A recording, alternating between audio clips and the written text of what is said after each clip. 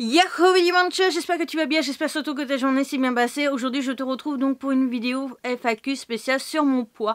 Si jamais tu n'as pas vu la vidéo qui sera sûrement sortie hier pour toi, où je te fais mon récap de mon parcours sur le poids, où je te fais aussi quelques points d'information sur des trucs débiles que les gens pensent savoir sur le poids et qui est complètement faux, plus savoir justement pourquoi j'ai pris du poids, comment ça se fait et donc le parcours par rapport à l'obésité et mon parcours par rapport à cette opération. Je t'invite donc à aller voir la vidéo qui sera sortie sûrement hier.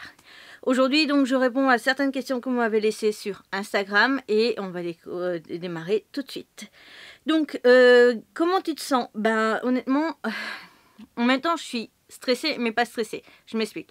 Je suis stressée un petit peu parce que forcément, c'est une opération lourde, c'est une opération surtout qui est à vie, où donc on a un régime alimentaire à vie. Et en fait, ce qui me fait le plus peur, en fait, c'est pas tant la première année, etc. C'est plus quand je vais déménager parce que forcément, j'aurai des conditions de vie différentes et qu'il faut que la personne qui me gère continue de respecter ses normes, ses quantités et ses poids fixes et obligatoires.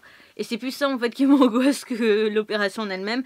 Après j'ai confiance dans le sens où je connais le chirurgien, je sais que c'est quand même l'un des meilleurs de France.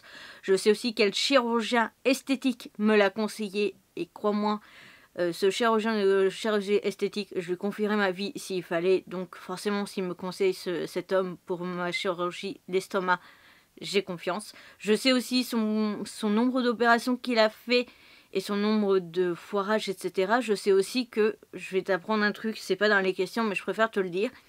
En fait, on coupe l'estomac et on agrafe en même temps. Sauf que ça, c'est un chirurgien standard. Le mien, il fait 2 couches d'agrafe pour être sûr à 100% qu'il n'y ait pas de fuite. Donc forcément, déjà quand tu sais ce genre de choses, tu as un peu plus confiance en lui. Et puis plus le chirurgien est âgé, plus tu peux avoir confiance en lui. C'est un peu comme le bon bain. Forcément, j'en bois pas, mais c'est un peu comme le vin. Avec les années, ça s'améliore avec le temps. Donc forcément, j'ai confiance dans mon chirurgien. En fait, je suis plus stressée à l'idée que mes vidéos et tout ça, soit pas prêt à temps que l'opération en soi. Voilà. C'était tout à fait moi. J'espère que ça va bien se passer pour toi. Ben, ça devrait se faire. Comment on va te faire quoi exactement? On va me faire une sleeve. Donc, je te montre un peu une image de l'estomac et de ce qu'on va me laisser. En fait, on va me couper l'estomac parce que l'estomac, pour plein de raisons, peut s'agrandir par rapport à sa taille originale. Ça peut être par exemple si tu bois des boissons gazeuses, les bulles, même de l'eau gazeuse peut dilater ton estomac. Ça peut être que tu manges trop et tu ne respectes pas en fait l'alarme de ton corps qui te dit hey, j'ai trop mangé. Ça peut être plein de choses comme ça. Moi je n'ai jamais bu de boisson, enfin les boissons gazeuses ça n'a jamais été mon délire. La quantité, je sais que moi je n'ai pas d'alarme en fait. Donc j'essaie de me caler par rapport à ce qui devrait être logique, etc. en quantité.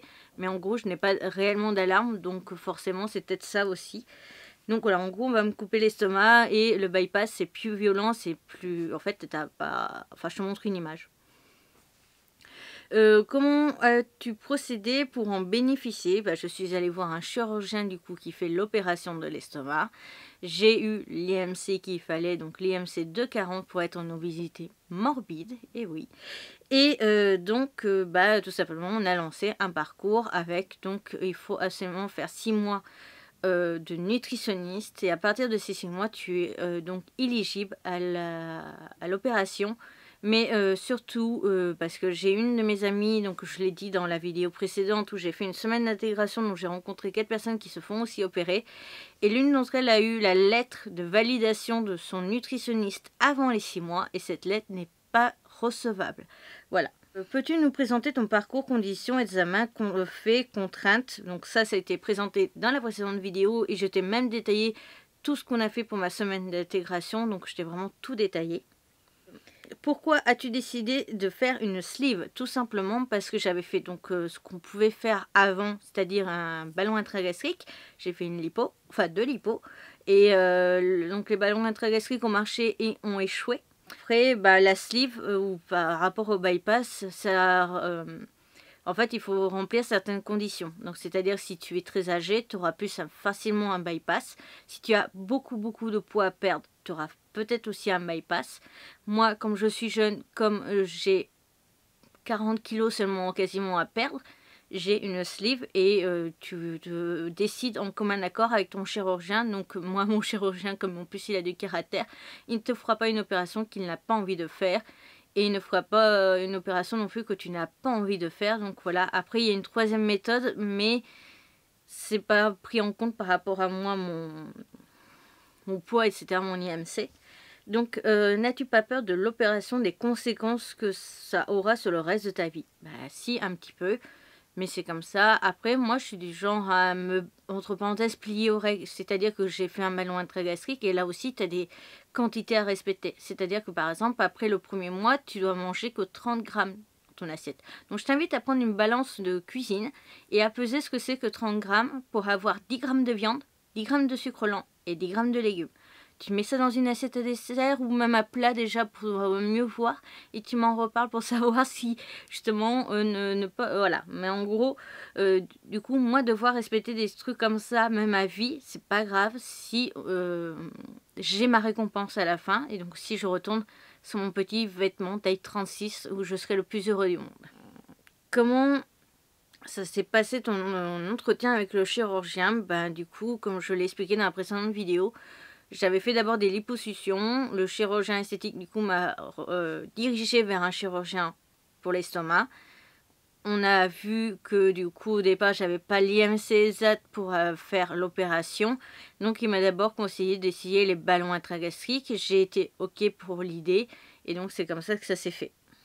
Donc, peux-tu nous raconter ton parcours, les examens et tout? Donc, ben, tu dois voir un nutritionniste. Tu dois voir un psy, tu dois voir... Il y a autre chose encore. Tu dois avoir aussi une lettre de ton médecin traitant, s'il te connaît un minimum, etc. Si par exemple, comme moi, tu es suivi par un psy, tu dois avoir aussi une validation de ton psy qui considère que mentalement tu pourras le faire. Après, voilà, moi c'est pour ça, donc par exemple pour le psy obligatoire pour l'opération de l'estomac, mes autres collègues, les autres personnes qui ont fait la semaine d'intégration l'ont eu au bout de 2 ou 3 rendez-vous parce que justement ils ne sont pas suivis psychologiquement. Moi, dès le premier rendez-vous, déjà il a vu que j'avais la validation de mon psy officiel. Et en plus, il a bien vu que ma détermination était présente et donc forcément, il a aussitôt validé. Ensuite, je crois comment c'est... bah voilà, je crois que j'ai fait le tour. Au niveau des questions, je n'avais pas eu des tonnes. Au niveau des questions, je n'avais pas eu des tonnes, mais je trouve ça plutôt pas mal de pouvoir faire une vidéo vraiment complètement à part. Ça te permet vraiment de savoir certaines choses. Si tu as la moindre question, n'hésite pas à me la poser. À savoir que le jour où je me fais opérer, donc même la veille, vu que je rentre le 25 et je ressors le 27, je ferai une vidéo vlog pour vous tenir au courant vraiment de tout au fur et à mesure de la journée, pour vous raconter absolument tout. Et donc je la posterai dès que je serai aussi en état de faire le montage, parce que forcément je ne sais pas du tout dans quel état je serai. Après il faut savoir que d'après ma nutritionniste, au bout de 3 jours on peut quasiment retourner travailler. Après il y a des choses et des contraintes, par exemple on ne peut pas porter des choses lourdes, même une bouteille d'eau c'est trop lourd au tout début, etc. Donc voilà, après je verrai. Moi je me suis laissé quand même presque la valeur d'un mois tranquille pour être sûre à 100% de récupérer comme il faut et de ne pas me stresser. Mais voilà, donc je ferai la vidéo le plus vite possible dans mon état de corps, hein, en respectant mon corps. Mais voilà, donc il n'y a pas de souci. N'hésite pas si tu as la moindre question à me la poser. Donc je te mets ma précédente vidéo, ici ma playlist donc sur le corps, sur le perte de poids, etc. Ma tête de panda pour t'abonner, mes réseaux sociaux et mon compte Vinted. Je te retrouve donc bientôt pour une nouvelle aventure. Et n'oublie pas de sourire quoi qu'il arrive. Bye bye!